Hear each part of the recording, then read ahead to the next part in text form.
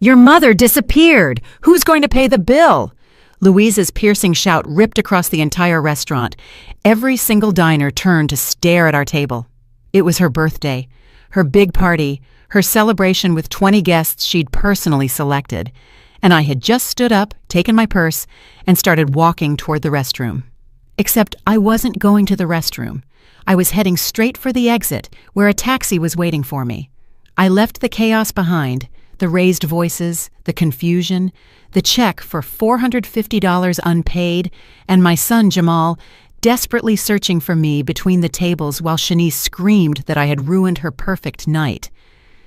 But that was only the beginning of everything. When Jamal flicked on the living room light at 2 o'clock in the morning, the cry that tore from his throat was one of pure desperation. Because I was right there, sitting in my favorite armchair, completely calm, with 3 packed suitcases beside me and a folder of documents on the coffee table, waiting for them. I knew they would come. I knew that after abandoning them at that upscale bistro with all their friends as witnesses to their shame, they would come furious, demanding an explanation. Maybe they thought they could force me to return, to fix the mess, to pull out my credit card, as I always did. But that night, I was no longer the same woman they had been walking over for years. That night, Elara Jenkins, at 68 years old, had stopped being the convenient mother. I had become someone entirely different, someone who had finally found the courage to say, enough is enough. However, to understand how I reached that point, I need to tell you everything from the start. I need you to grasp that this wasn't a sudden whim or a bout of insanity, as Jamal yelled to the restaurant manager. It was the result of months, perhaps years, of swallowing my pride, of pretending it didn't hurt, of convincing myself that a mother's love means sacrificing everything, even my own dignity. It all started about 2 years ago. Jamal called me one Sunday afternoon with that special tone in his voice, the one he used when he needed something. I knew that tone well. I'd heard it hundreds of times since he was a teenager, but now Jamal was 35, with a stable job as a sales manager and a wife who made good money as a graphic designer. "Mama, I need to ask you an enormous favor. It's kind of urgent." My heart immediately raced. I thought of accidents, illnesses, serious trouble. A mother always imagines the worst first. "What happened, son? Are you okay? Is Shanice okay?" Yeah, everyone's fine. It's just, well, we had an unexpected expense with Shanice's car, and this month we're a little tight. Could you lend us $500? We'll pay you back next month, promise." $500. My Social Security was $800 a month. I lived paycheck to paycheck, but he was my son. My only son. How could I refuse him? "Of course, Jamal. I'll transfer it tomorrow. I'll wire it to you. You're the best mama in the world. I promise we'll pay you back soon." He never did. The following month, it was the air conditioning repair, $300. Then Shanice's birthday, $200 to help with the celebration.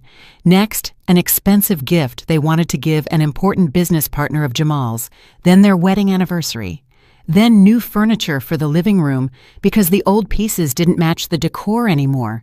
In 6 months, I had loaned them over $3,000.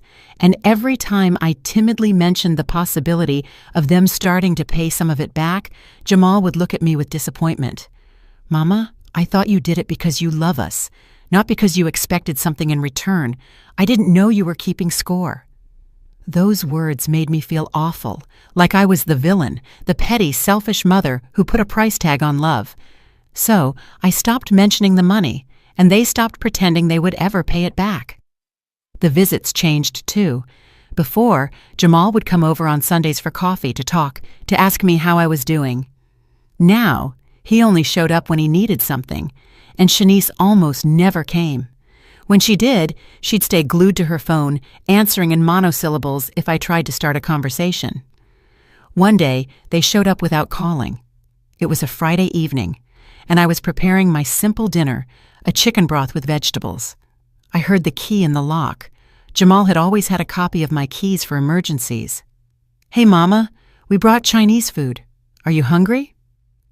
Shanice walked in behind him, carrying several bags. For a moment, I felt joy.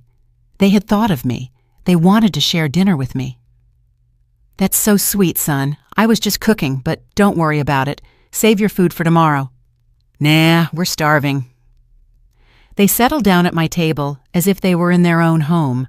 They took out the food containers and served themselves onto my plates. I sat with them, smiling, trying to start a conversation. "How was work this week?" "Fine, Mama, fine. Shanice, pass me the soy sauce." "Jamal, did you remember the wine we left here last time?" "Sure did. It's in Mama's fridge. Mama, can you get it for us?" I got up to fetch the wine. It was an expensive bottle they had left weeks ago. I poured 2 glasses for them. They didn't offer me any. They ate quickly, talking to each other about things I didn't understand, names of people I didn't know, places they had been to where I hadn't been invited. I felt like a ghost in my own house. When they finished, Jamal leaned back in his chair with a satisfied sigh. "Mama, I need to talk to you about something important." There it was again. The tone, the request disguised as conversation. "Shanice and I are thinking of taking a trip for our anniversary. Something special, you know. 3 years married. We found an incredible all-inclusive package to the Bahamas. The problem is, it's this month, and with all the expenses we've had—" He didn't finish the sentence. He didn't have to. I knew exactly what was coming. "How much do you need?" $2,000. "I know it's a lot, Mama, but it's our anniversary. You only get married once." $2,000. Almost 3 months of my pension. "Jamal, I don't have that much available right now."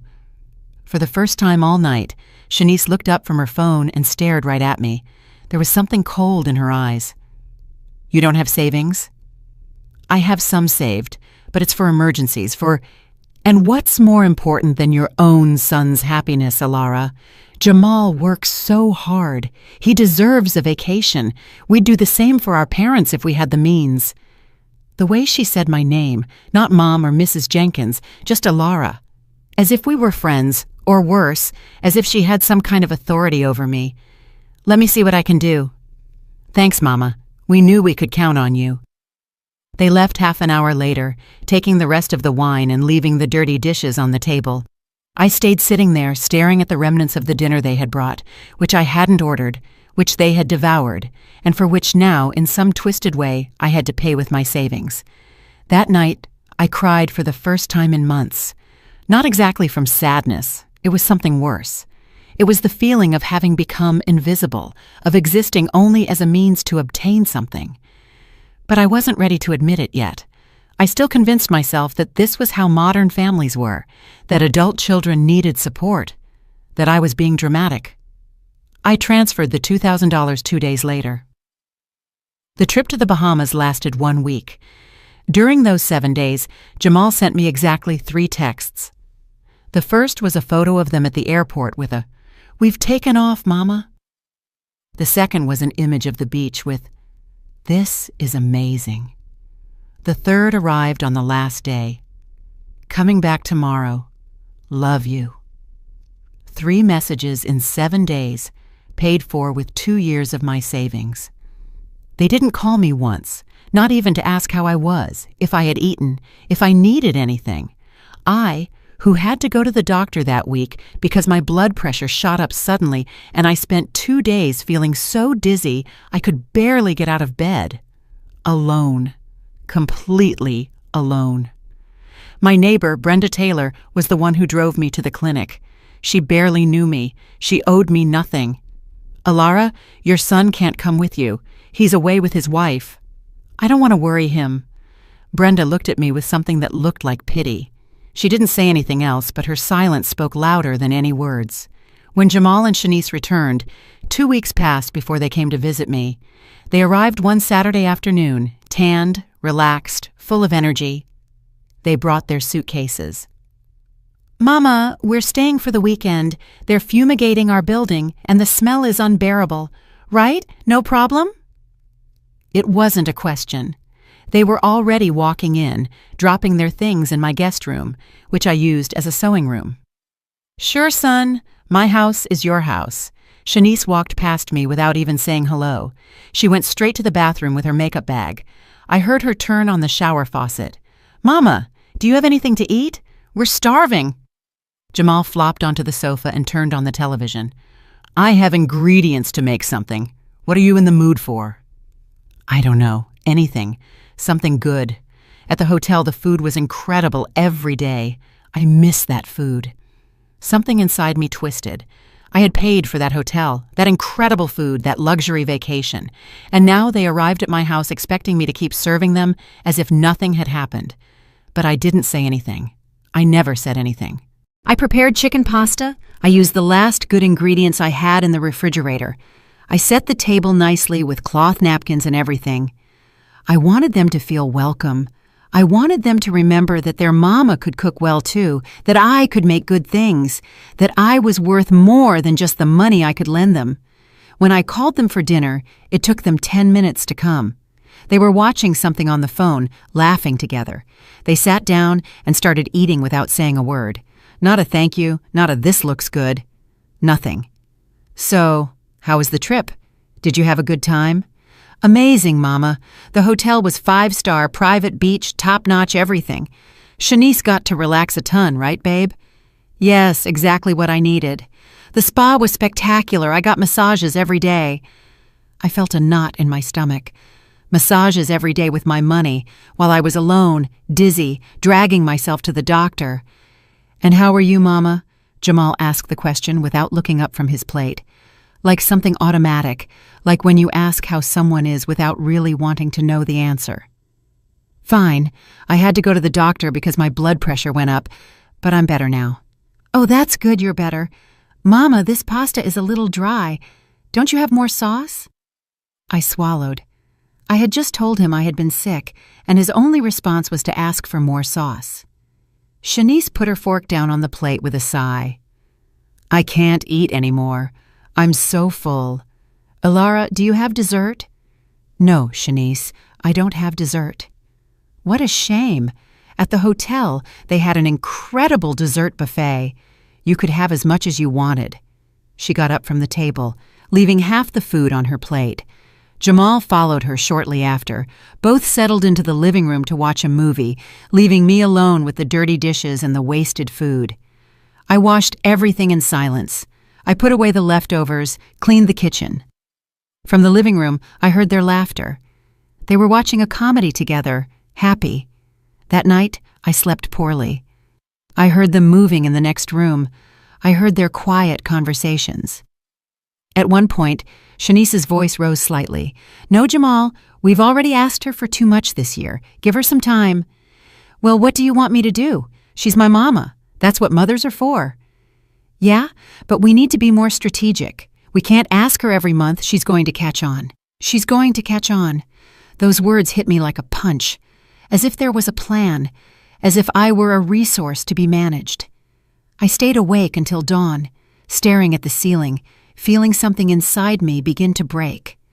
On Sunday morning, I prepared breakfast, scrambled eggs, toast, fresh orange juice squeezed by hand. I set the table again with care. Jamal came down first, yawning, his hair messed up. "Morning, Mama. Smells good." Shanice appeared 20 minutes later, perfectly put together, with straightened hair and full makeup, as if for a photo shoot. "Is there coffee?" "Yes, I just made it." She poured a cup and sat down, looking at her phone. She didn't even try the food I had prepared. "Ilara, this coffee is instant." "Yes, it's what I always drink." "Oh, I only drink whole bean coffee. Instant makes my stomach hurt." "Don't you have another kind?" "No, Shanice, this is it." She sighed dramatically and pushed the cup away. Jamal ate quickly without speaking. When he finished, he wiped his mouth and looked at me with that expression I knew so well. "Mama, can I talk to you for a moment?" "Sure, son." Shanice immediately stood up. "I'm going to pack our bags." We were left alone.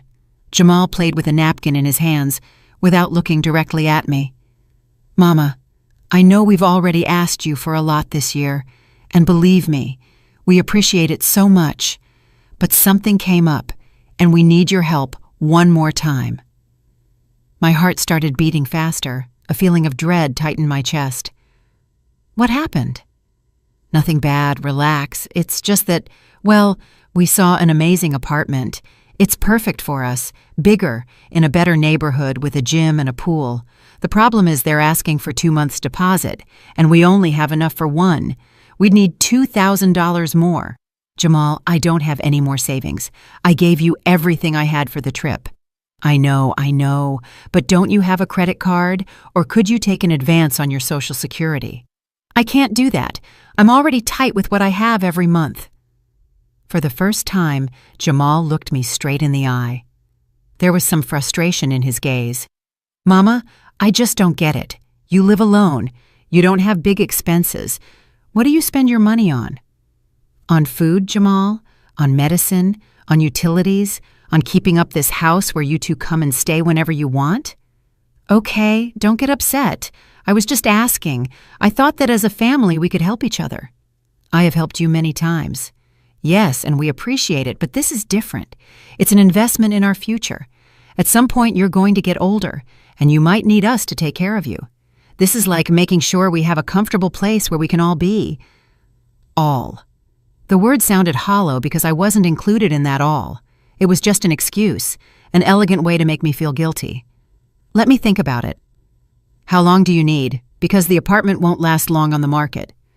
A few days, Jamal sighed, clearly annoyed. Fine, but try to decide fast. Yes. He got up and went to find Shanice.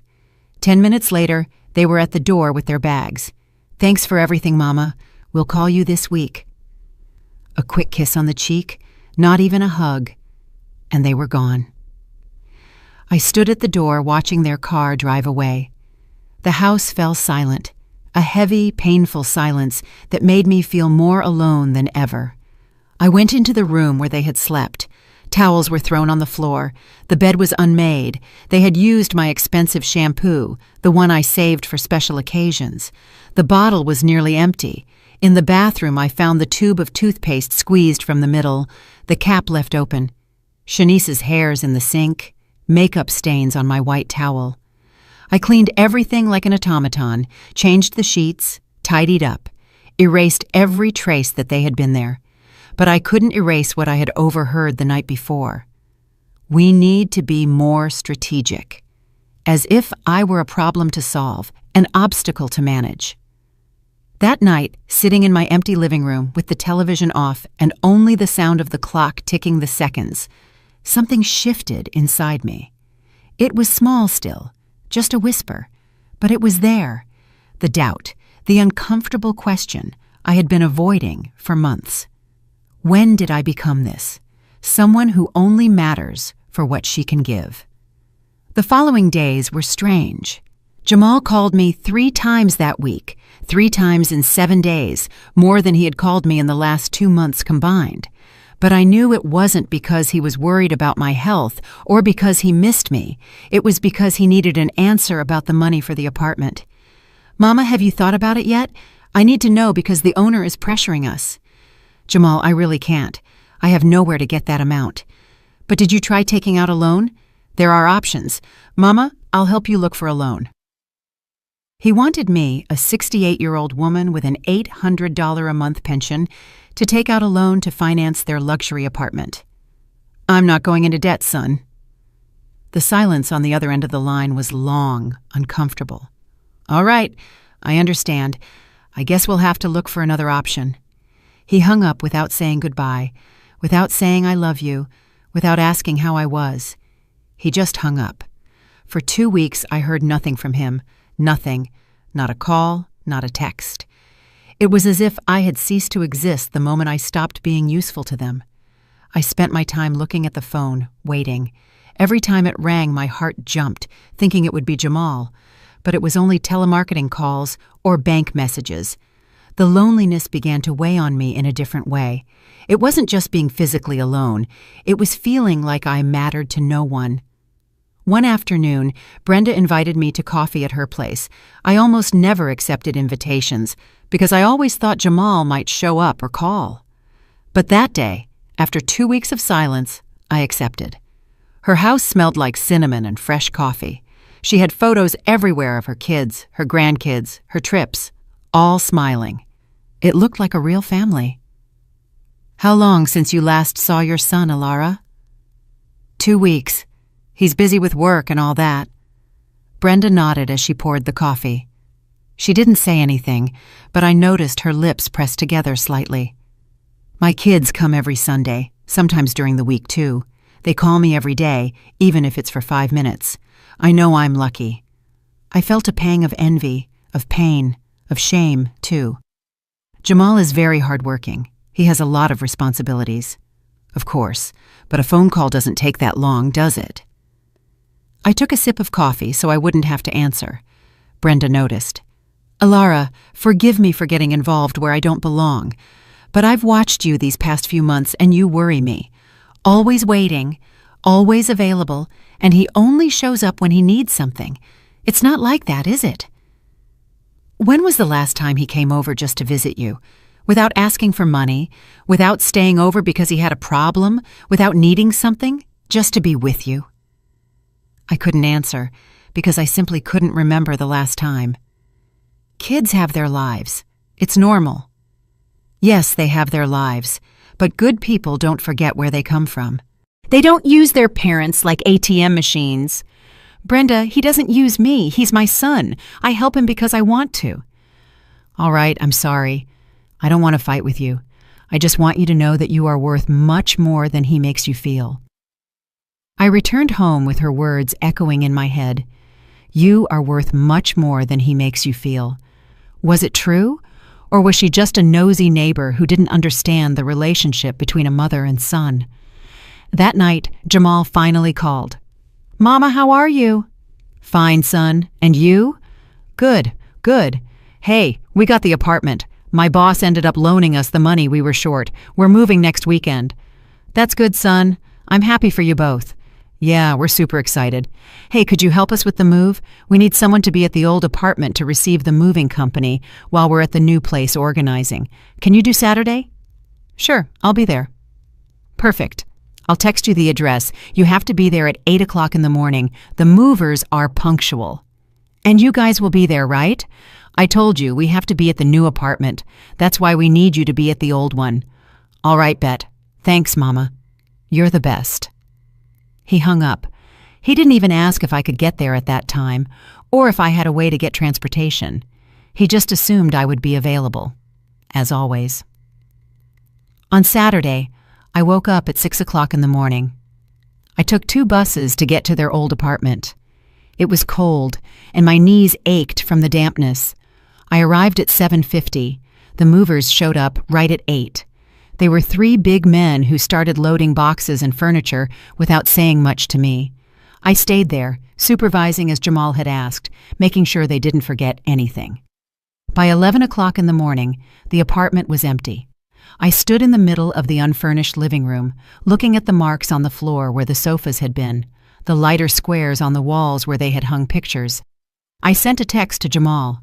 "The move is over. Everything is clear." It took him 2 hours to reply. "Okay, thanks. Leave the keys with the doorman." That was it. Not "how did it go?" Not "do you want to come see the new place?" Not "do you have a way to get home?" Nothing. I left the keys with the doorman and left. I took the 2 buses back. I arrived home at 3 o'clock in the afternoon, exhausted, with swollen knees and a terrible headache. I made myself a cup of tea and sat on my sofa. I looked at my phone. No more messages, no calls. It was at that moment, in the absolute silence of my empty house, that something inside me finally snapped. It wasn't dramatic. There were no tears, just a cold clarity that struck me like lightning. I wasn't their mother. I was their employee, their personal bank, their emergency resource. But I wasn't their mother, because mothers deserve love, and what I was receiving wasn't love. 2 weeks later, I received an invitation by text. It wasn't exactly an invitation. It was more of an announcement. "Mama, Shanice's birthday is October 15. We're celebrating at the Red Velvet Bistro at 8 p.m. Confirm if you can come." The Red Velvet Bistro, one of the most expensive restaurants in the city, the kind of place where dinner could easily cost $60 per person. And knowing Shanice, it wasn't going to be a simple dinner. I confirmed that I would go, not because I wanted to, but because I still held that foolish hope that maybe at a family celebration I could reclaim some of the connection I felt I had lost with my son. The days leading up to the birthday were weird. Jamal didn't call me once, but Shanice called 3 times. "Alara, did you buy my gift yet?" The question caught me off guard.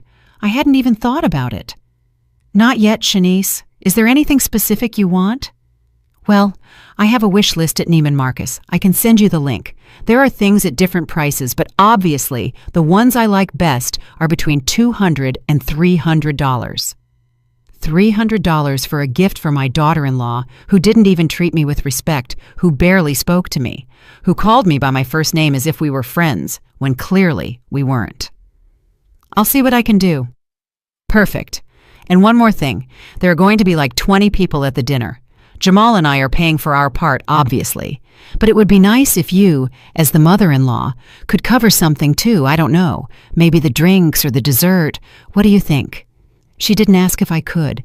She told me it would be nice, as if it were my obligation, as if I had the duty to finance her birthday party with 20 guests I didn't even know. "Shanice, I don't know if I can cover anything extra. It's been a tough month." "Oh, Ilara, it's my birthday. I only turned 30 once. Can't you really make an effort?" Her voice had that tone I had learned to recognize, half complaint, half manipulation, the tone she used to make me feel like the bad guy in the story. "I'll see what I can do." "I knew you would. You're the best mother-in-law in the world." She hung up before I could say anything else. I sat there with the phone in my hand, feeling the rage begin to grow inside me. A silent, contained, but very real rage. I spent the days before Shanice's birthday in a kind of haze. I knew I had to buy a gift. I knew I would probably end up paying for part of that dinner, and I knew that after all of it, I would still be invisible to them. I went to the department store Shanice had indicated. I walked in with my old purse, my worn shoes, feeling completely out of place among all the elegant people buying expensive things. I looked up Shanice's wish list on one of those digital kiosks. When I saw the prices, I felt the floor move beneath my feet. The cheapest item cost $180. It was a set of towels. Towels. The items she really liked, the ones she had marked as favorites, ranged from $300 up to a designer handbag, a French aroma diffuser, some Italian shoes. I stood in front of that screen for 10 minutes, fighting back tears but refusing to cry in the middle of that store. Finally, I chose the towel set, $180 that left me with almost nothing for the rest of the month. The cashier wrapped it in elegant paper with a gold bow. It looked pretty, expensive, as if I were someone who could afford that luxury. "It's a special gift for my daughter-in-law. It's her birthday." "How nice. I'm sure she'll really appreciate it." I smiled without replying because I knew she wouldn't. I knew Shanice would open it, look at it for 2 seconds and say something like, "Oh, these are nice, thanks," and never mention it again. On the day of the birthday, I dressed up as best I could. I put on my least old dress, the one I saved for special occasions. I put on a little makeup, carefully fixed my hair. I wanted to look presentable. I wanted Jamal to be proud of his mother. I arrived at the Red Velvet Bistro right at 8 o'clock. It was an impressive place, high ceilings, crystal chandeliers, impeccable white tablecloths. The kind of place where you feel poor just breathing the air. A hostess greeted me with a professional smile. "Do you have a reservation?" "I'm with Shanice's group, the birthday girl." "Right this way, please." She led me to the back of the restaurant, where a long table was already full of people. I recognized Jamal immediately. He was laughing with a group of men, a glass of wine in his hand. He was wearing a new shirt I hadn't seen before. He looked happy, relaxed. Shanice was at the other end, surrounded by elegant women in expensive dresses and sparkling jewelry. She was wearing a tight red dress that probably cost more than 2 months of my pension. Her makeup was perfect. Her hair was styled in soft waves that fell over her shoulders. I stood by the table, waiting for someone to notice me. Several seconds passed, maybe a minute. No one saw me. Finally, Jamal looked up. "Oh, Mama, you made it. Sit down wherever you can find space." He didn't get up. He didn't come to greet me. He didn't introduce me to his friends. He just vaguely pointed towards the table and returned to his conversation. I found an empty chair near the end of the table, far from Jamal and far from Shanice. I sat between two young couples I didn't know. They were talking among themselves, laughing about something I didn't understand. "Hello," they said, barely looking at me, and continued their conversation. I stayed sitting there with my gift in my lap, feeling completely invisible. A waiter approached with the wine list. "Would you like to order something to drink?" "Water is fine, thank you." "Are you sure? We have an excellent wine selection." "Just water, please." I wasn't going to spend money on wine when I knew I'd likely have to contribute to paying this check. The dinner began. Appetizers they had ordered, but which appeared in front of me anyway, were brought out. Bacon-wrapped shrimp, mushroom bruschetta, small portions of smoked salmon. Everything looked delicious, but I could barely eat. My stomach was knotted. All around me, everyone was laughing and talking. They made toasts, told stories. I was in the middle of 20 people, and I felt more alone than in my empty house. At one point, Shanice stood up and asked for attention. "I want to thank everyone for coming to celebrate with me. This year has been incredible. I have a wonderful husband, amazing friends, and a life I wouldn't trade for anything. Let's toast to life, to love, and to many more years of happiness." Everyone raised their glasses. I raised my glass of water. No one noticed. Jamal stood up too. "To my beautiful wife, the most special woman in the world. I love you." They kissed. Everyone applauded. I applauded too, though my hands felt heavy. The main course was brought out. I had ordered the cheapest item on the menu, a chicken dish that still cost $35.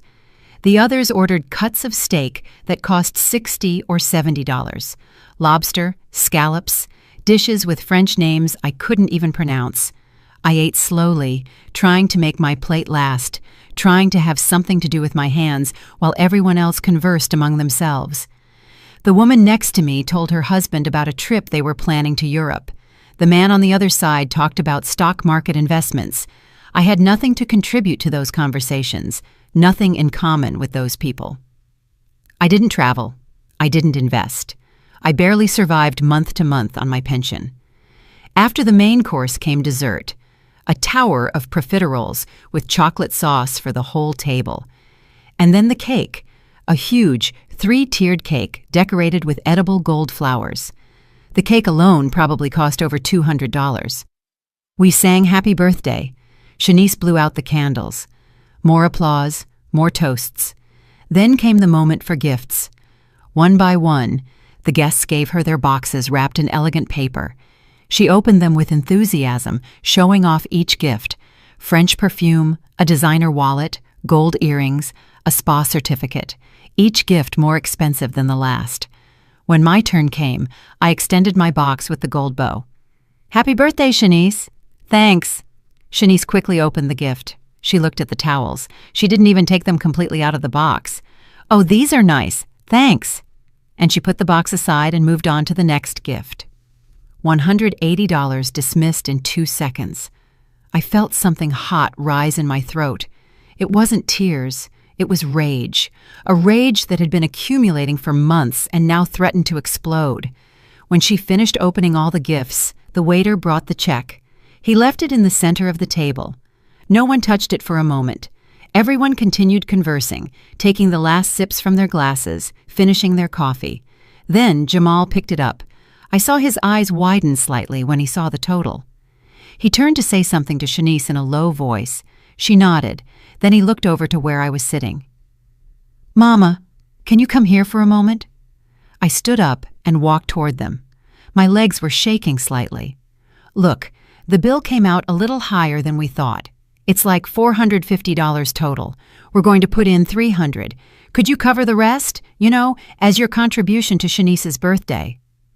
$150, almost a month's worth of food for me, more than double my light bill, half of my monthly pension.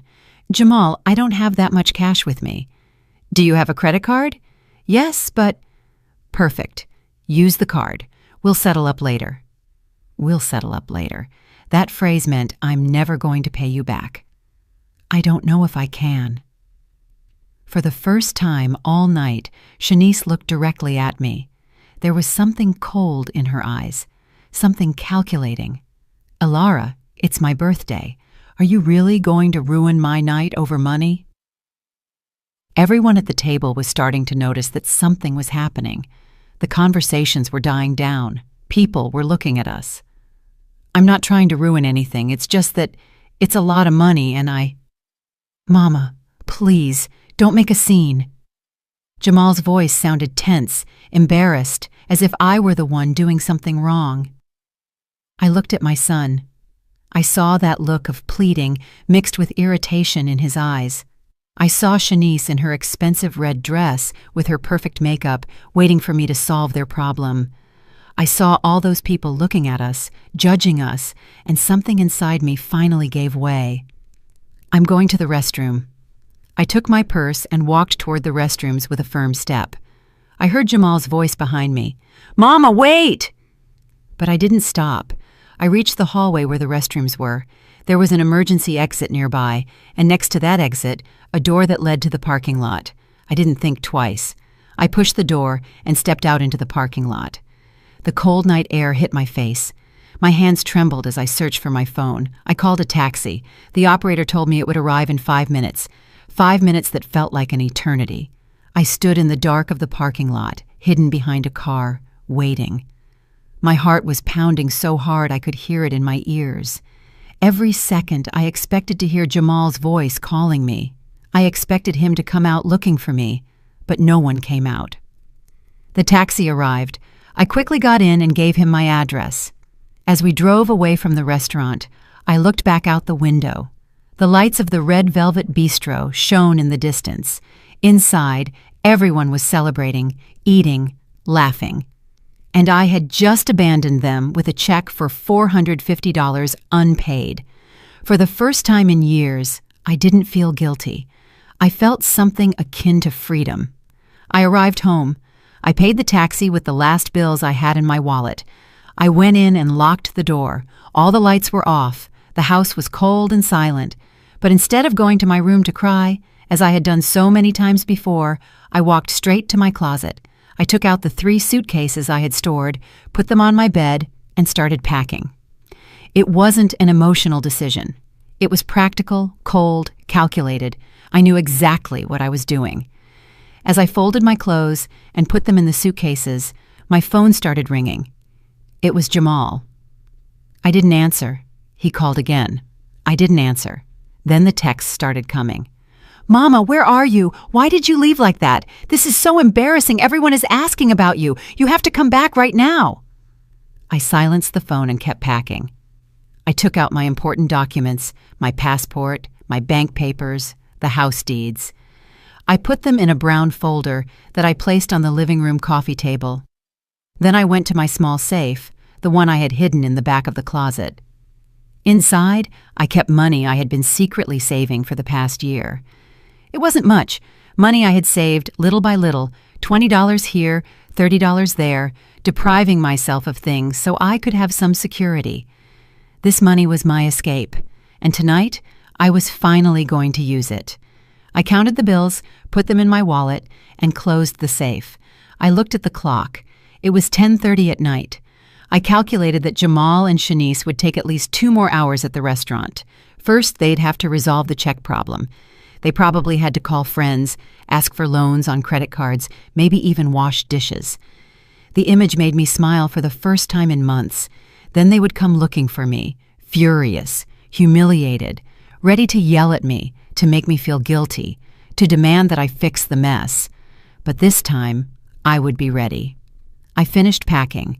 3 suitcases with the essentials, clothes, shoes, some old photos from when Jamal was a child and still truly loved me, my medicines, my documents. I changed out of my party dress into something comfortable, cotton pants, a simple blouse, flat shoes.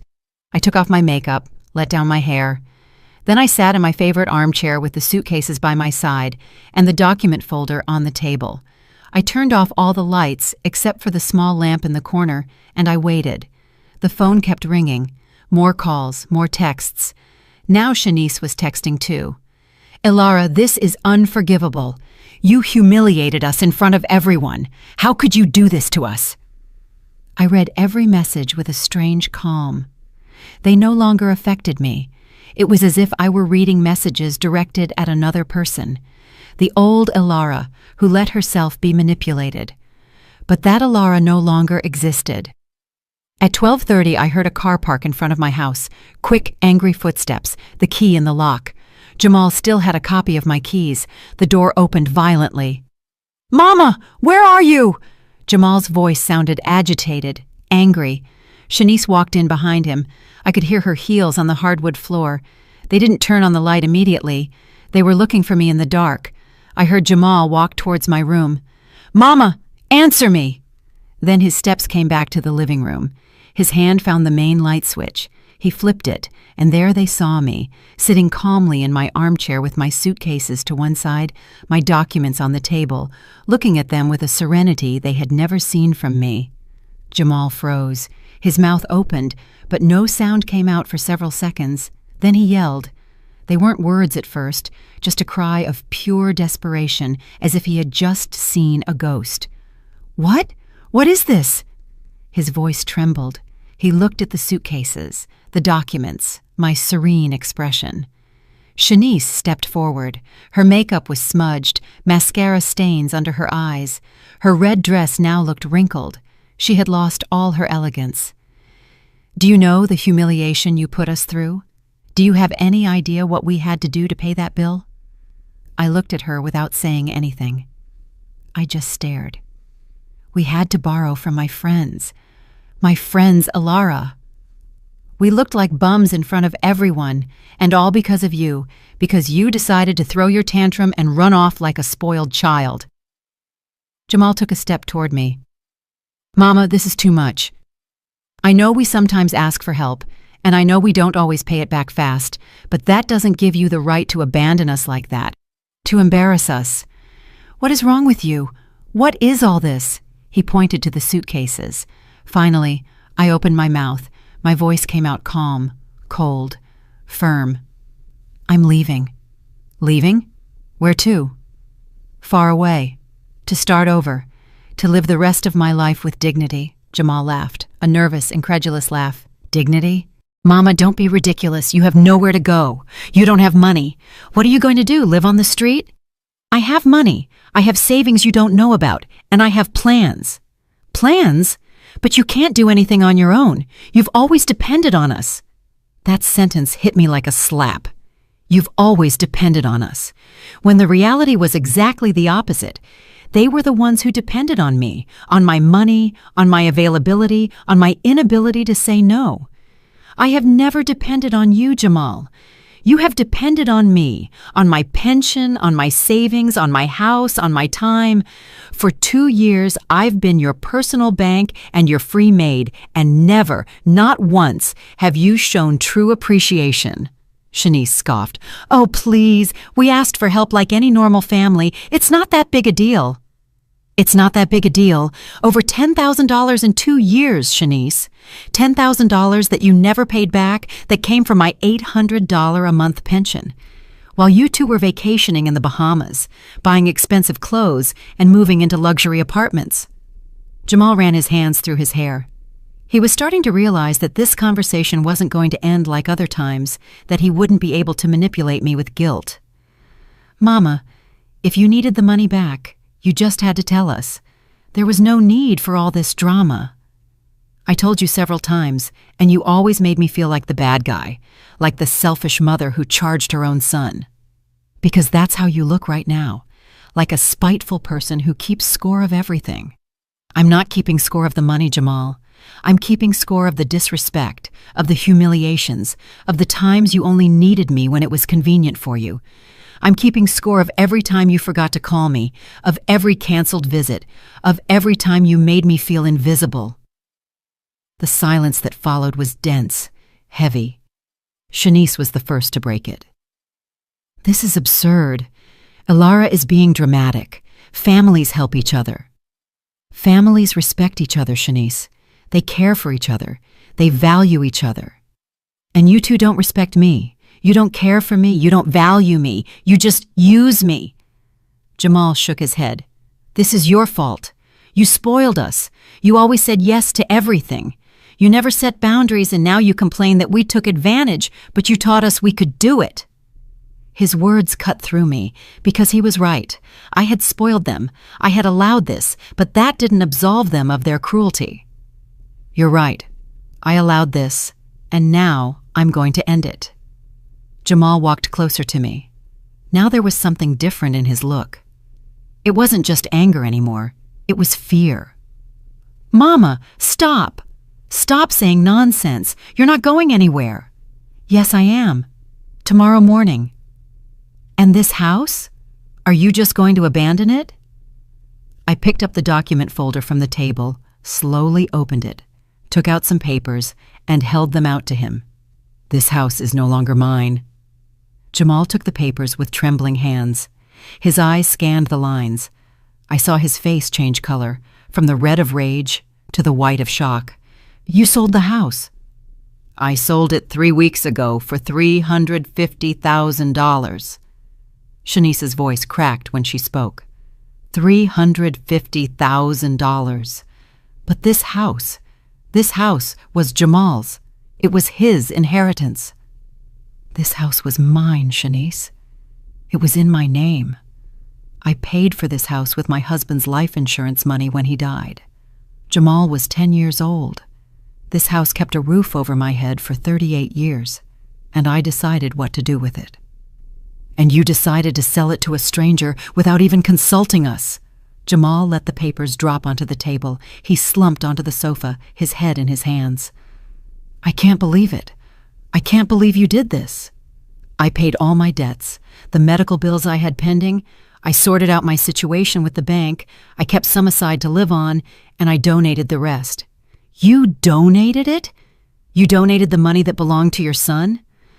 I donated $50,000 to a shelter for elderly women who are victims of family abuse, because that's what I am, Jamal, a victim of abuse. Not with punches, not with screams, but with manipulation, with exploitation, with emotional abandonment disguised as filial love. Shanice laughed, a hysterical, incredulous laugh. Abuse? Are you listening to yourself?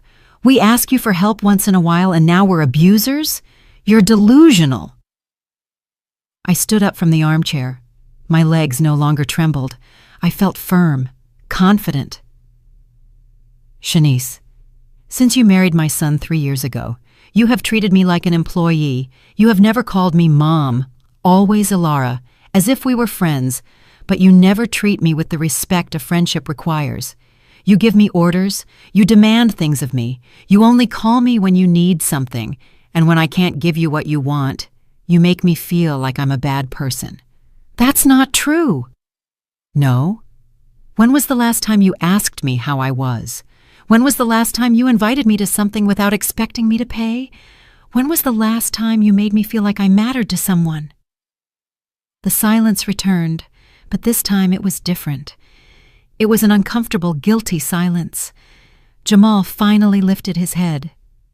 Mama, if you felt that way, you should have talked to us, not do all this behind our backs.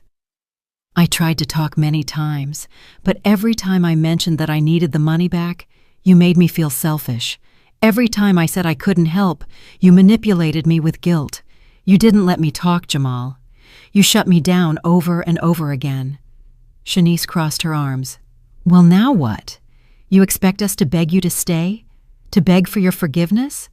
I expect nothing. I no longer expect anything from you. Tonight I came to say goodbye, to close this chapter, and to ask you to return the keys to my house. Jamal pulled the keychain from his pocket. He looked at the keys as if they were something precious. Then he threw them onto the table with rage. Take your damn keys! I picked them up and put them in my purse. The new owners take possession of the house on November 1st. You have 2 weeks to take out anything you may have left here. After that, it's no longer my responsibility. Where are you going to go? That is no longer your problem. Shanice took a step toward me. There was something threatening in her posture. You know this is a mistake, right? You're going to be alone. Completely alone. Without family. Without anyone to take care of you when you get sick or when you can no longer take care of yourself. And then what are you going to do? I looked her straight in the eyes. I prefer to be alone and at peace than accompanied and miserable. And if the day comes when I can't take care of myself, there are institutions, there are places where seniors receive dignified care without having to pay with their dignity, places where they don't make you feel like a burden. Jamal jumped up from the sofa. You're selfish, a selfish person who only thinks about herself. We gave you years of our life. We included you in our celebrations. We made you feel like part of the family, and this is how you repay us? You made me feel like part of the family, Jamal? Tonight, I sat at that table surrounded by 20 people, and I felt more alone than ever. No one spoke to me, no one asked me anything. I was just the wallet that was supposed to show up at the end to pay the bill. That's not family, that's exploitation. Enough! I don't want to hear any more of your victim complaints. Jamal's voice was cold. Now all trace of pleading had disappeared. Only contempt remained. Then leave. Get out of my house. You have 2 weeks to collect your things. After that, I don't want to see you again. You don't want to see us again? Just like that? After everything we did for you? What exactly did you do for me, Shanice? Tell me one thing, one real thing you have done for me in the last 2 years. She didn't know how to respond. She stood there searching for something to say, but found nothing. Jamal took Shanice by the arm. Let's go. There's no point in talking to her. She's crazy. They walked toward the door. But before going out, Jamal turned one last time. You're going to regret this, Mama. You're going to miss us. You're going to need us. And when that happens, we won't be there. I know. And that's fine. The door closed with a loud bang that shook the walls. I heard the car start, the tires screech on the pavement, and then silence. I stood in the middle of my living room, breathing deeply. My heart was racing, but not from fear. It was pure adrenaline. For the first time in years, I had defended my dignity. I had said no. I had set boundaries. I sat back down in my armchair. I looked at the suitcases. I looked at the documents. Everything was ready. I barely slept that night, not from anxiety or regret, but from excitement, from the strange and marvelous feeling of having regained control of my own life. At 6 o'clock in the morning, I got up, took a long shower, dressed in comfortable clothes, took my suitcases, and called a taxi. Before leaving, I walked through the house one last time. I ran my hand over the walls. I remembered the happy years when my husband was alive, when Jamal was a sweet little boy who hugged me and told me I was the best mama in the world, when this house was full of laughter and true love. But those times no longer existed, and clinging to their memory was only hurting me. The taxi honked outside. I grabbed my suitcases, closed the door, and put the keys in the mailbox for the real estate agent who would arrive later. I got into the taxi. Where to, ma'am? To the bus terminal. During the ride, my phone rang. It was Jamal. I didn't answer. He called again. He sent texts. Mama, we need to talk. Please answer. Don't do this. I turned off the phone. At the terminal, I bought a ticket. A 6-hour trip north, toward the coastal town where I was born, where my cousin Aisha Monroe, the only person in my family who had kept in touch with me all these years without asking for anything in return, still lived. I had written to her the week before, told her everything, and she, without hesitation, had told me I could stay with her for as long as I needed, that she had a spare room, that it would be an honor to have me near. I boarded the bus, found my seat by the window, stored my luggage, and sat down. The bus pulled away. I watched the city recede through the window, the streets I had walked for years, the buildings I knew, the life I had built and was now leaving behind. And for the first time in a long time, I didn't feel sadness. I felt relief. The bus trip was long but quiet. I spent the first few hours looking out the window, watching the urban landscape slowly transform into open fields, then mountains, finally the coastal highway. The sea appeared on the horizon like a brilliant line that reminded me of my childhood, the summers I spent running on the beach, the simple days when happiness cost nothing. Next to me traveled a young woman with a baby. The child cried occasionally, and she rocked him with infinite patience. At one point, she looked at me apologetically. "I'm sorry if he's bothering you. He's cranky from the trip." "He doesn't bother me at all. Your baby is beautiful." She smiled, a genuine, warm smile. "Visiting family?" "Yes, my cousin. We haven't seen each other in person for years." "That's nice. Family is the most important thing, isn't it?" I nodded without saying anything else, because I was no longer sure I believed that phrase. Family is the most important thing. But what happens when family hurts you? When family uses you? Does it still remain the most important thing, or does it become a chain that drags you to the bottom? We arrived at the coastal terminal as the sun began to set. The air smelled different here, of salt, of the sea, of freedom. Aisha was waiting for me at the entrance. When I saw her, something inside me broke. I hadn't seen my cousin in almost 5 years. She lived her life here.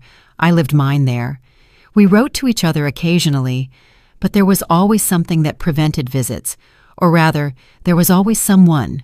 Jamal, his needs, his emergencies, his way of occupying all my time and money. "Ilara!" Aisha opened her arms, and I let myself be embraced. For the first time in a long time, someone hugged me without expecting anything in return, just because they loved me, just because we cared about each other. I cried in her arms. I cried everything I hadn't cried in months.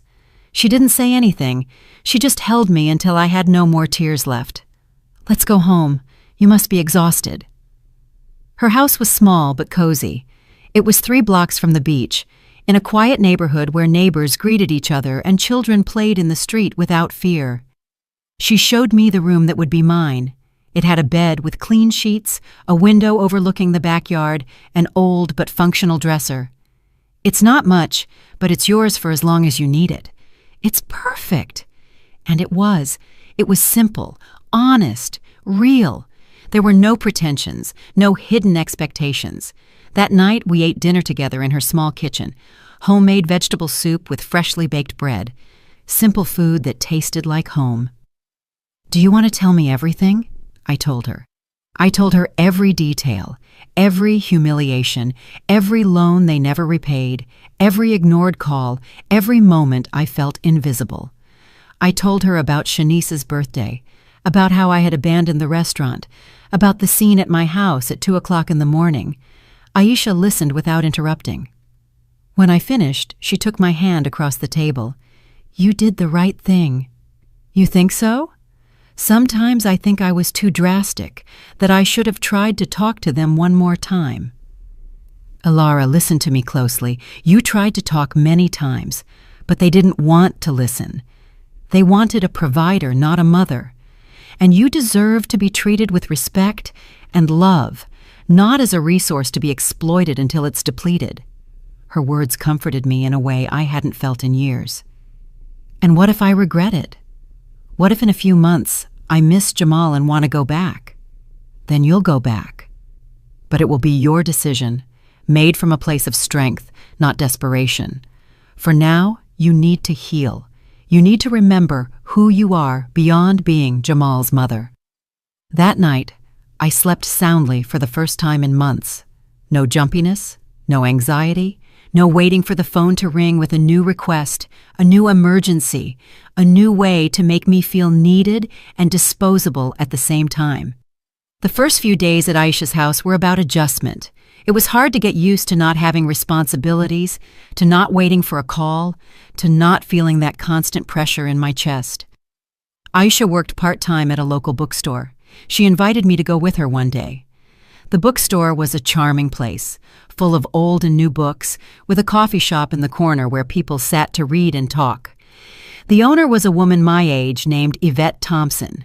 She had completely white hair, tied up in a messy bun, and wore reading glasses hanging from a chain around her neck. "So, you're the famous cousin, Ilara. Aisha has told me about you. I hope good things." "Only the truth. that you are brave, that you made a difficult decision, that you're starting over. I don't feel very brave. Bravery isn't about not being afraid. It's about doing what you must do, despite the fear. She offered me a coffee. We sat at a small table by the window. Yvette told me her story. She too had been married. She'd had 2 daughters. She had dedicated 30 years of her life to taking care of them, working to support them, sacrificing her dreams for theirs. And when her husband died and the daughters grew up, they abandoned her. They went to live in other cities. They called her once a month, if that. They visited on Christmas if they didn't have other plans. And how did you get over it? I didn't get over it. I accepted it. I accepted that I gave everything I could give, that I did everything I was supposed to do, and that their lack of gratitude says nothing about me. It says everything about them. Then I opened this bookstore. I found a new family in the books, in the customers who became friends, in this small community that welcomed me. I don't miss them every day, but I don't need them anymore, and that's the difference. Her words resonated with me for days. I started helping out at the bookstore. At first, just organizing books, cleaning shelves. Then Yvette taught me how to use the register, make coffee, and recommend books to customers based on their tastes. For the first time in years, I felt useful in a way that didn't hurt. I felt valued. Yvette paid me a small salary. It wasn't much, only $600 a month, but it was mine, earned with my effort, without guilt, without emotional debt. 3 weeks passed. Jamal hadn't called again after the first few days. I kept my phone off most of the time. I only turned it on for an hour at night to check for anything urgent. One night, when I turned it on, there were 17 new messages, all from Jamal. My heart started beating faster. I opened them with trembling hands. The first ones were furious. "You're selfish. I hope you're happy destroying your own family. Shanice is right. You're a bitter, resentful person." Then they changed tone. "Mama, I need to talk to you. Please call me. It's important." "Mama, we're having problems." And finally, the last text. "The bank is charging us sky-high interest on the loan we had to take out to pay for the dinner. We're behind on the payment for the new apartment. If we don't get money soon, we're going to lose the deposit. We need your help." I read the message 3 times. I felt a mix of emotions. Part of me, that old part that had spent decades being a self-sacrificing mother, wanted to call him, wanted to help, wanted to fix his problems. But another part of me, newer, stronger, knew the truth. They didn't miss me. They needed my money, and if I gave them even 1 cent, everything would start over. The cycle of exploitation, the dynamic of abuse disguised as filial love. I deleted the messages. I turned the phone off again. Aisha saw me from the kitchen. "Are you okay?" "Yes, I'm fine." And it was true. For the first time in a long time, I was truly fine. Days turned into weeks. October ended. November arrived with a fresher air and the smell of dry leaves. The house that had been mine now had new owners. Jamal and Shanice must have moved their things out. That part of my life was completely closed. At the bookstore, I started meeting people. There was a book club that met every Thursday afternoon. Women my age, some older, some younger, all with stories, all with scars, all looking for connection and understanding. One of them, Julianne, invited me to walk on the beach one morning. She was 70 years old, widowed, and had lived alone for a decade. "Do you know the secret to being happy at our age, Alara?" "No. What is it?" "To stop expecting others to fill our voids, to learn to be complete by ourselves, and to build a chosen family instead of clinging to the biological family that hurts us." Chosen family. Yes, the people we choose to have in our lives because they lift us up, they respect us, they value us. Not because we share blood, but because we share genuine affection. We walked in silence for a while, listening to the waves break on the shore. The sun shone on the water. There were children building sandcastles, couples walking hand in hand. Life, simple, beautiful life that didn't need grand gestures or money to be meaningful. "Do you think I'll ever be able to forgive my son?" "I don't know. But what I do know is that forgiveness doesn't mean forgetting. It doesn't mean letting him hurt you again. You can forgive him and still maintain distance. You can wish him well and still protect yourself from his toxicity. December arrived with a gentle cold that was barely noticeable in the coastal town. The bookstore was decorated with Christmas lights, and Yvette organized a special event for the end of the year, an open poetry reading where anyone could share something. I decided to participate. I read a poem I had written during my sleepless nights, a poem about rebirth, about learning to be free. When I finished, the small audience applauded. Aisha had tears in her eyes. Julianne hugged me tightly. "You're stronger than you think." Her words stayed with me for days. Christmas was approaching. It was the first one I would spend without Jamal since he was born. 35 years of Christmases together, 35 years of traditions, and now nothing. I expected to feel sadness. I expected the weight of loneliness to crush me during the holidays, but it didn't happen. Aisha, Yvette, Julianne, and other women from the book club organized a Christmas dinner together. Each person brought something.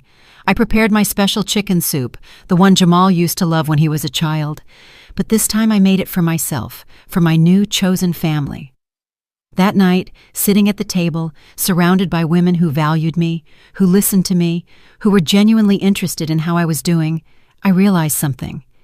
This was the family I had always deserved. Not perfect, not connected by blood, but real, honest, full of mutual respect. After dinner, when everyone had left, I helped Aisha wash the dishes. "Do you miss your old life?" Not as much as I thought I would. I missed the Jamal that was, the boy who was sweet and loving, but that Jamal no longer exists. The man he became isn't someone who is good for me. It's sad when you realize your children grow up and become strangers. But it's also liberating, because you finally understand that it's not your responsibility to carry their decisions, their mistakes, their lives. Exactly. That night, before going to sleep, I turned on my phone for the first time in weeks. There were new messages, many, all from Jamal. The first ones were from mid-December. "Mama, I know you're mad, but it's been a long time now. Don't you think it's time to talk? Shanice says you're being childish. I think you're just hurting. We can fix this. We'd like you to come spend Christmas with us. We can start over."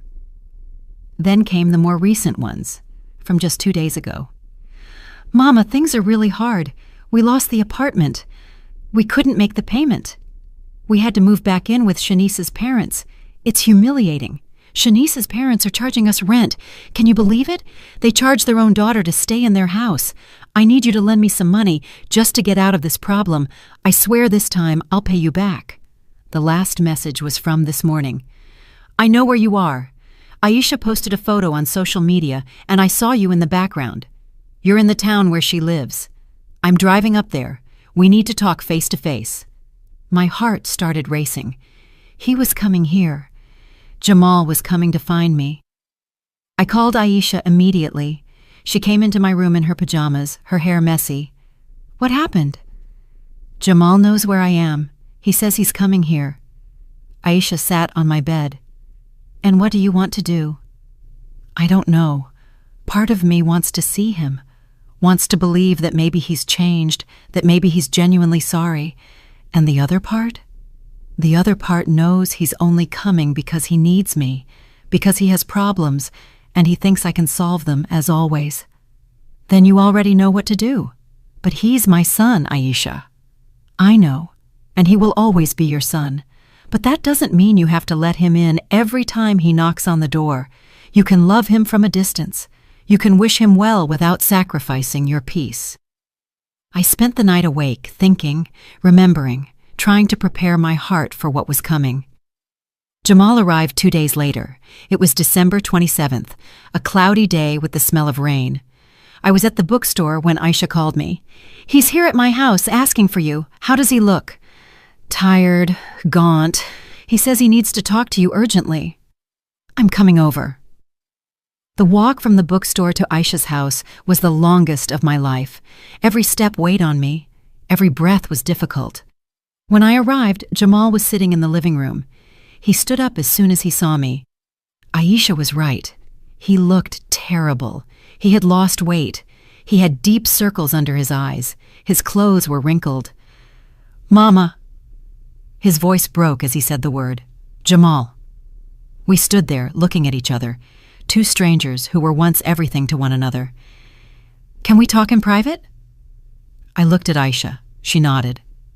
"I'll be in the kitchen if you need me." Jamal and I went out to the backyard. We sat on the plastic chairs under the lemon tree. "Mama, I'm so sorry for everything that happened. I'm sorry I used you. I'm sorry I didn't value you. You were right about everything. I was a terrible son." The words sounded sincere, but I had learned to listen beyond the words, to look for the truth behind the apologies. "Why did you come, Jamal?"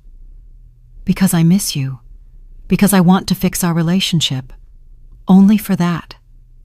He fell silent. His eyes filled with tears. "Because everything fell apart, Mama. We lost the apartment. Shanice and I are fighting all the time. Her parents treat us like a burden. I have no one else. You're my only family." There it was, the truth. He didn't come because he missed me. He came because he needed me. "Jamal, do you know how many messages you sent me in those 3 months?" "I don't know. A lot, I guess." 47 messages. "Do you know how many of those messages were just to ask me how I was doing? Without asking for anything, without needing anything?" He fell silent. "None, Jamal. Not one. Every message was about you. Your problems, your needs, your money. You never asked if I was okay, if I was happy, if I needed anything. I'm sorry." "Are you truly sorry, or are you just sorry you lost your resource? Because I think it's the latter." "It's not like that, Mama. I love you. I've always loved you." Love isn't just words, Jamal. Love is action. It's respect. It's reciprocity. For 2 years, I gave you everything I had. Money, time, energy, and I never received anything in return except more demands. I know, and I want to change. Give me a chance to prove it to you. How? By lending you more money? By letting you keep using me until I have nothing left? No, I got a new job, better paying. I'll be able to pay you back everything I owe you."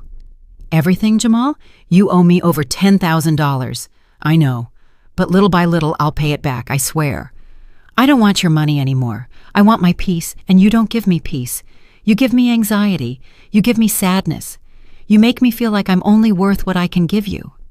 "That's not true." "No? Then tell me, when was the last time you came to see me just because you wanted to be with me?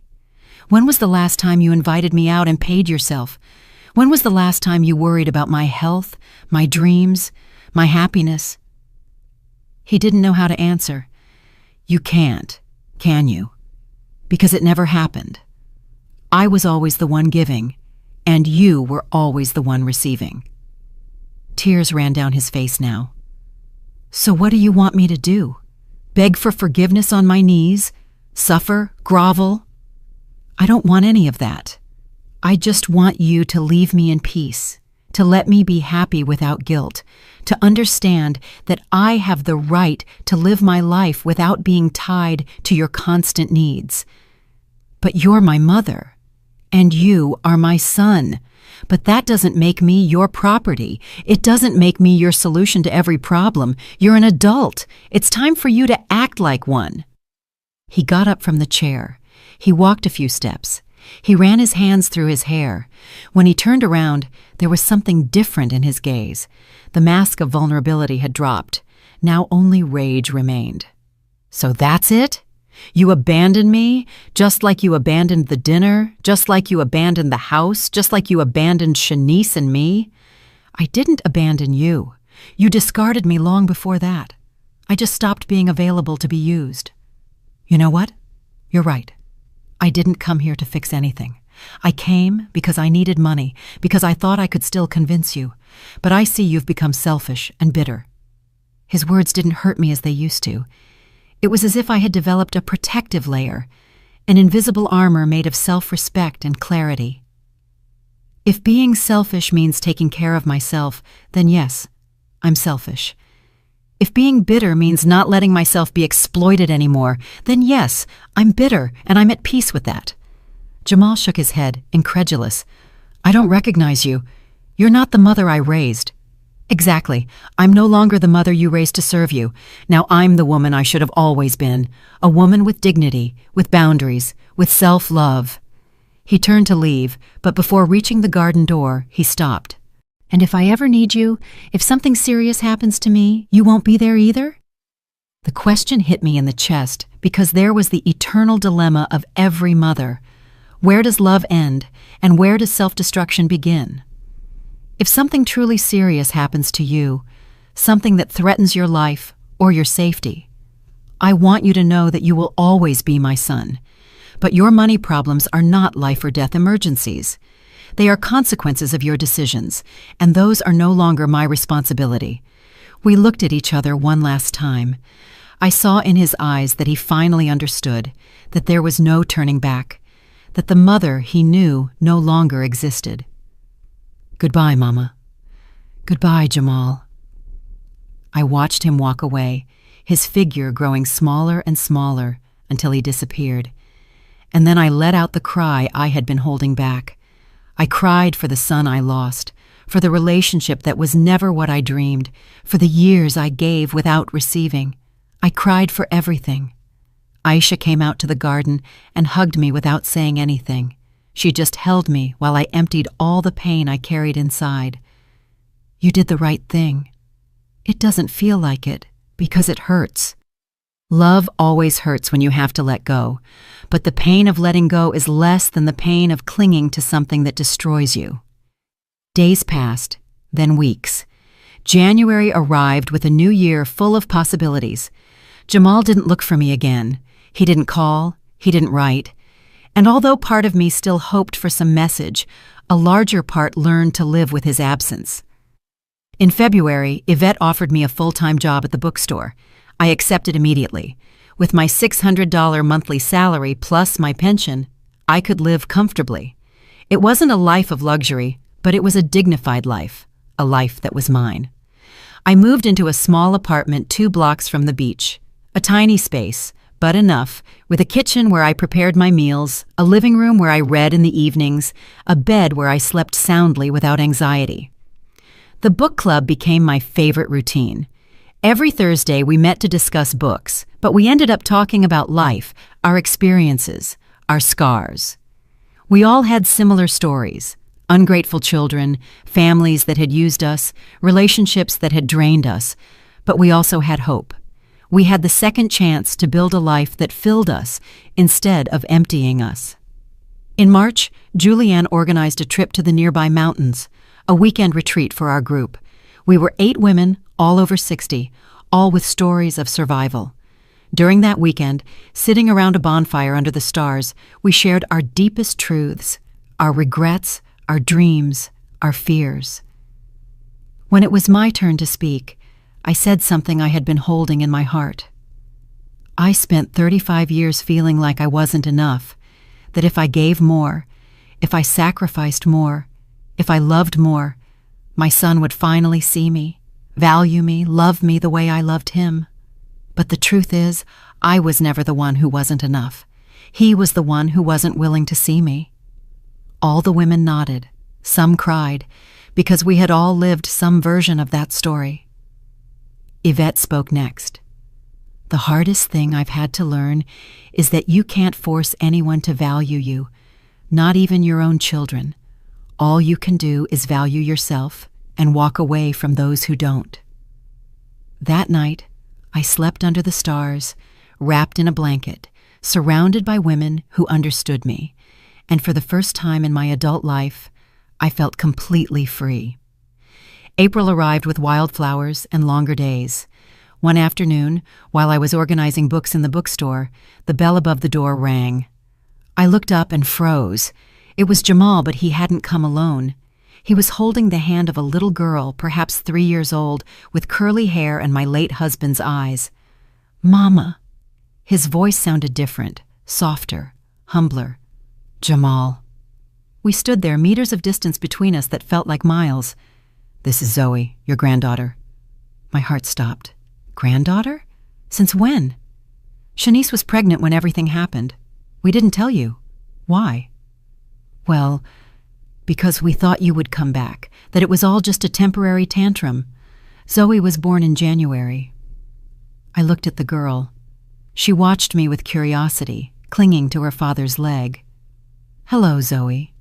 She hid her face behind Jamal's leg. We didn't come to ask for anything. I just wanted you to meet her. I thought you had the right to know you have a granddaughter. Yvette came out of the back room, assessing the situation immediately. Elara, would you like to take a break? Yes, please. We went out to the small patio behind the bookstore. Jamal picked up Zoe and sat her on a bench. She played with a rag doll. How is Shanice? She's fine. We're okay. We moved to a smaller but manageable apartment. I'm working 2 jobs. She went back to working from home. It's not easy, but we're making it work. I'm glad. Mama, I didn't come to ask for money. I came to tell you that you were right about everything. I was a terrible son. I used you. I disrespected you. I took you for granted.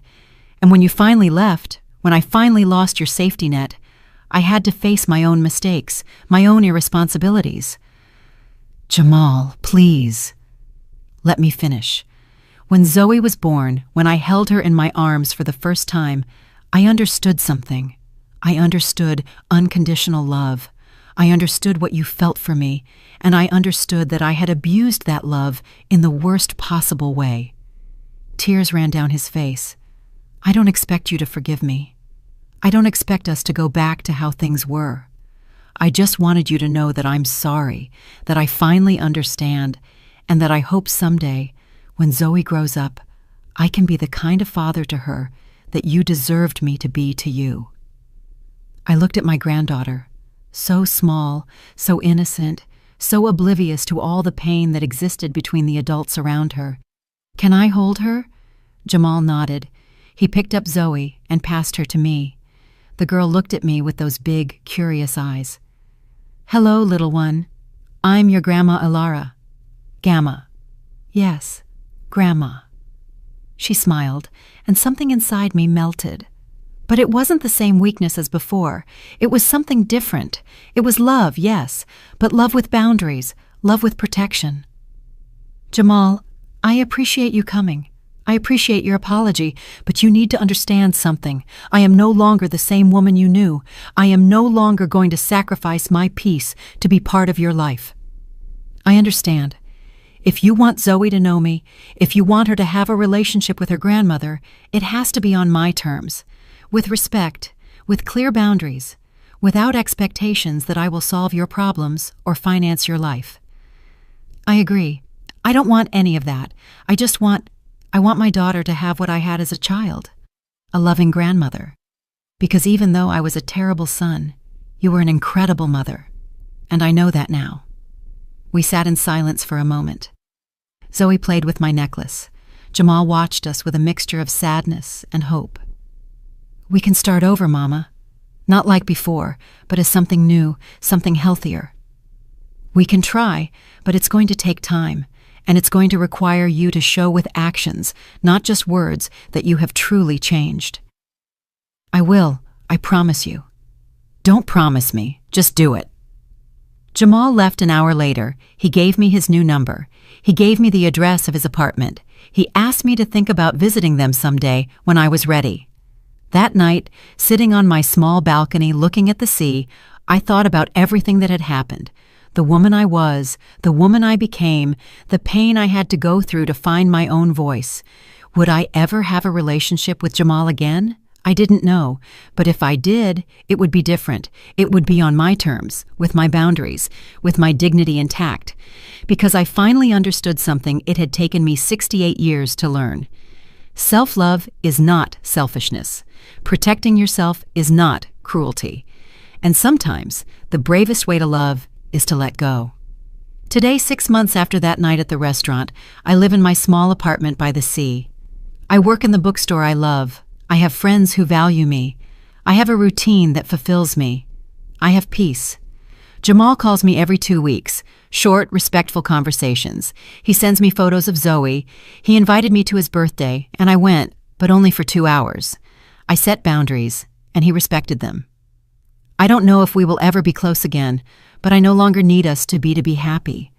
I no longer need his validation to feel worthy, because I finally learned that the most important love you can give is the love you give yourself, and that it is never, ever too late to start over. Sometimes, on quiet afternoons, I think about the woman I was, the one who endured everything, who swallowed her pride, who believed that loving meant destroying herself for others. And I thank her. I thank her for enduring all that she endured, because without that pain, I never would have found the strength to change. But I am also glad to have let her go, to have found the courage to become who I am now, a free, dignified, complete woman. And if there is one thing I would like to tell anyone going through what I went through, it is this. It is never too late to choose yourself. It is never too late to set boundaries. It is never too late to say enough.